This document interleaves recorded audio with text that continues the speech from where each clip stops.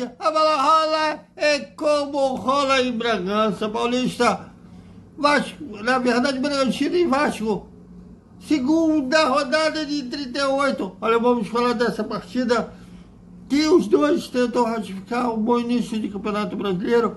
E vamos falar também, o Vasco pode quebrar uma escrita que o Vasco, desde quando o Red Bull adquiriu no futebol do Bragantino, o Vasco ainda não venceu lá em São Paulo, desde quando o Bragantino passou a se chamar também Red Bull. E vamos falar, o Vasco quebrou uma escrita de nunca ter vencido o Red Bull Bragantino, mas venceu em casa no passado. Vamos explicar isso e também tudo isso desse confronto. Esperta, vascaíno!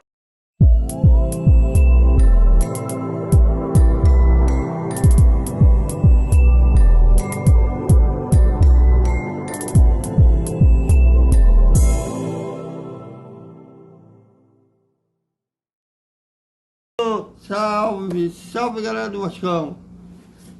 Bom dia para todo mundo e daqui a pouco a bola rola e como rola às 7 da noite em Bragança Paulista, Bragantino e Vasco, segunda rodada do Campeonato Brasileiro. E como eu falei na introdução, o Vasco já venceu o Bragantino com o nome de Red Bull, desde quando a Red Bull adquiriu o futebol do Bragantino, é o primeiro clube, quando virou SAF. Mas foi na última rodada do Campeonato Brasileiro em casa que o Vasco venceu por 2-1 no Paulinho, que está no departamento médico, só volta em outubro, e no Serginho de cabeça. E o gol do Bragantino na época foi no Léo Otis, que hoje está no Rubro Negro da Gávea. E acabou essa escrita de não vencer o Bragantino com o nome de Red Bull, mas também tem essa escrita de não ter vencido o time de Bragança Paulista lá em São Paulo, desde quando a Red Bull adquiriu o nome, adquiriu o futebol do Bragantino. E ano passado até poderia ter quebrado essa escrita, se não fosse os erros da arbitragem. Os dois times empataram lá em Bragança em 1-1. Foi no turno. E nada melhor que falar do Red Bull Bragantino, o Rodrigo Seixas, no canal Rodrigo Seixas, que entende tudo de futebol paulista, falando da preparação no Bragantino. Fala aí, Rodrigo.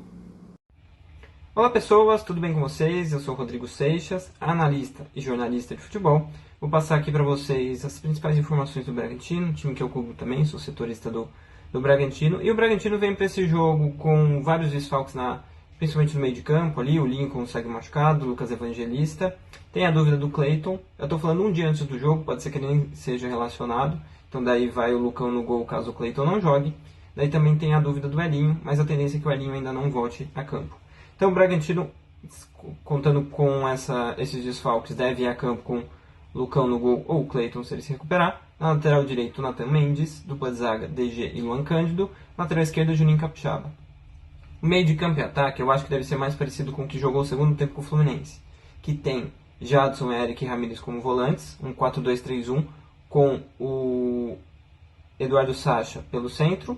Na direita, o Mosqueira, na esquerda o Vitinho, no comando do ataque ali, o Thiago Borbas. No primeiro tempo jogou com meia a mais ali, o Sacha jogou como falso 9, mas no segundo tempo jogou com centroavante. Acho que o Bragantino foi melhor no segundo tempo, eu acho que isso talvez até por isso deve começar jogando assim, mas tem essas duas opções, a não ser alguma outra mudança mais diferente que o Pedro Caixinha possa fazer.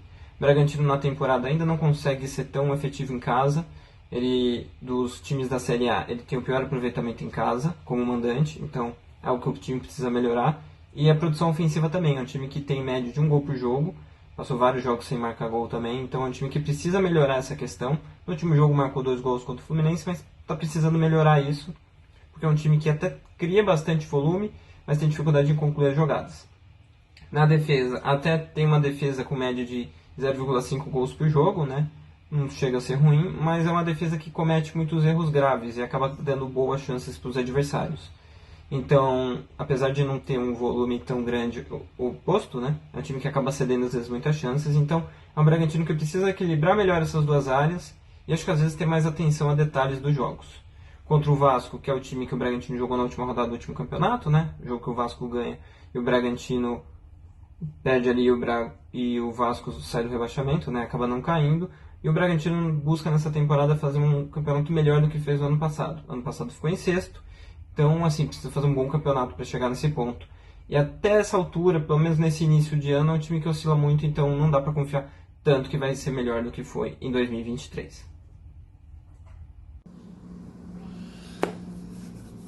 Galera, já do lado do Vasco, o técnico Ramon Dias ainda não poderá contar com o seu astro, que se recupera da lesão no joelho, e também terá outro desfalque, né, em relação ao time que venceu o Grêmio, já que o Medel estava com problemas pessoais, com problemas envolvendo a mãe dele. Ele viajou para o Chile, já retornou, chegou ao Rio de Janeiro hoje, como não treinou, ficou de fora, foi poupado dessa partida. A tendência é que ele volte à equipe no final de semana no Clássico contra o Fluminense.